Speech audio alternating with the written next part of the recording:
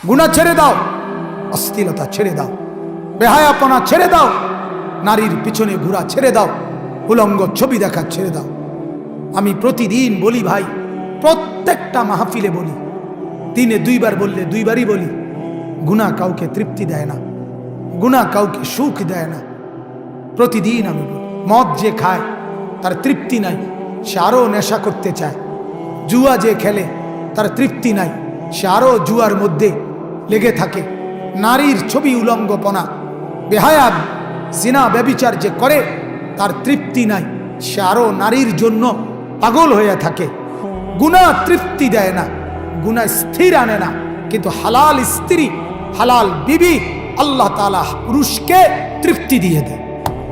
হালাল টাকা তৃপ্তি দিয়ে দেয়, হালাল উপার্জন সুখ এনে দেয়। হারাম টাকা, সুদের টাকা, ঘুষের টাকা এটা কখনোই তৃপ্তি আনে না, বরং কিস্তি বাড়ায়, লোন বাড়ায়, লোভ বাড়ায়। অতএব শেষ কথা, গুনাহ সুখ দিবে না। এজন্য আমি দ্বিতীয় কথাটা বললাম, ওমান ইয়াবতাগি গায়রাল ইসলামি দীনান, আল্লাহ বলেন ইসলাম ভিন্ন কিছুই আমি নেব না। কোরআন ভিন্ন, সুন্নাত ভিন্ন, যুবক তোমার জীবনের কিছুই আমি নেব না। বুড়া মিয়া চাচা, আপনাদেরকে বলি, বুড়া চাচাদেরকে যারা চা দোকানে বসে বিড়ি খান, এই বদভ্যাস ছাড়েন। যারা চা দোকানে টেলিভিশনে নর্তকীর নাচ দেখেন, এই অসভ্য অভ্যাস ছাড়েন। 60 বছর বয়স হয়েছে বুড়া চাচা, এখনো গুনাহ ছাড়লেন না। কবরে যাবেন কোন দিন? মরবেন কোন দিন? কোন দিন মরবেন? ইসলাম ভিন্ন, যেই কোনো কাজকর্ম, ক্রিয়াকলাপ আল্লাহ বলে আমি নেব না, নেব না। মুসলমান তোমাকে বলছি, তোমাকে আমি দিছিলাম, আমি পুরা ইসলাম দিছিলাম। আহা কি সৌভাগ্য আমার, যেদিন আমি জন্ম নিছি।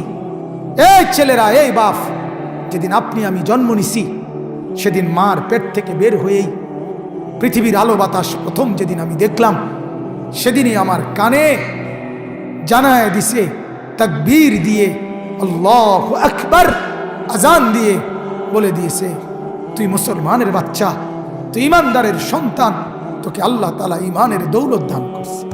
সেই নিয়ামত তুমি এক নারীর পিছনে পড়ে, অশ্লীল ছবি দেখে, উলঙ্গ নাচ দেখে, সুদ খেয়ে, ঘুষ খেয়ে আল্লাহকে নারাজ করে ছেড়ে দিলেন। বাপ, ছেড়ে দিলা। যুবক, করলাটা কি?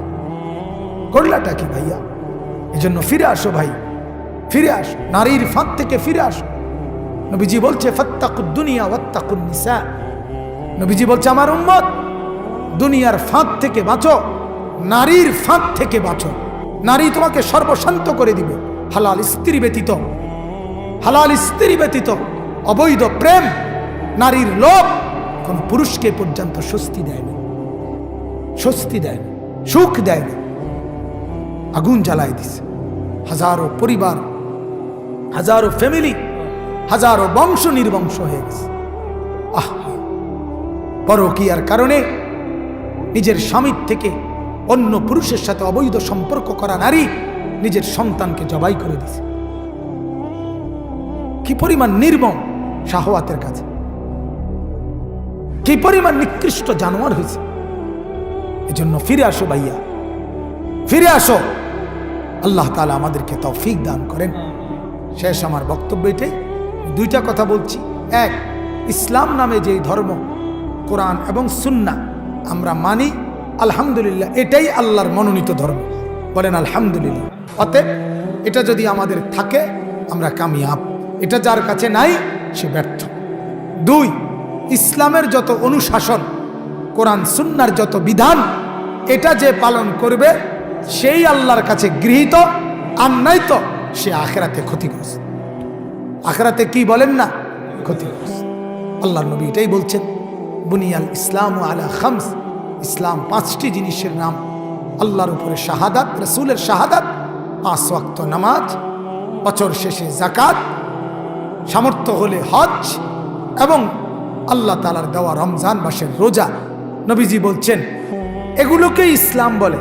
অতএব এগুলো আমরাই পালন করি, আমাদের ধর্মেই, অন্য কারো কাছে এগুলো নাই। অতএব ইসলাম আমাদেরটাই, কোরআনওয়ালা যেটা, সুন্নাহওয়ালা যেটা। বলেন আলহামদুলিল্লাহ। এখন আমাদের কাছে সব স্পেশালটা আছে, 1 নাম্বারটা আমগো কাছেই আছে। আমাদের আল্লাহ আমরা সঠিকভাবে চিনি, আমাদের রসুল আমরা সঠিকভাবে চিনি, আমাদের কিতাব আমরা সঠিকটাই আছে, আমাদের সুন্নাত সঠিকটাই আছে। এবার যদি বন্দেগী সঠিক হয়, ইনশাআল্লাহ আমাদের গন্তব্য জান্নাত।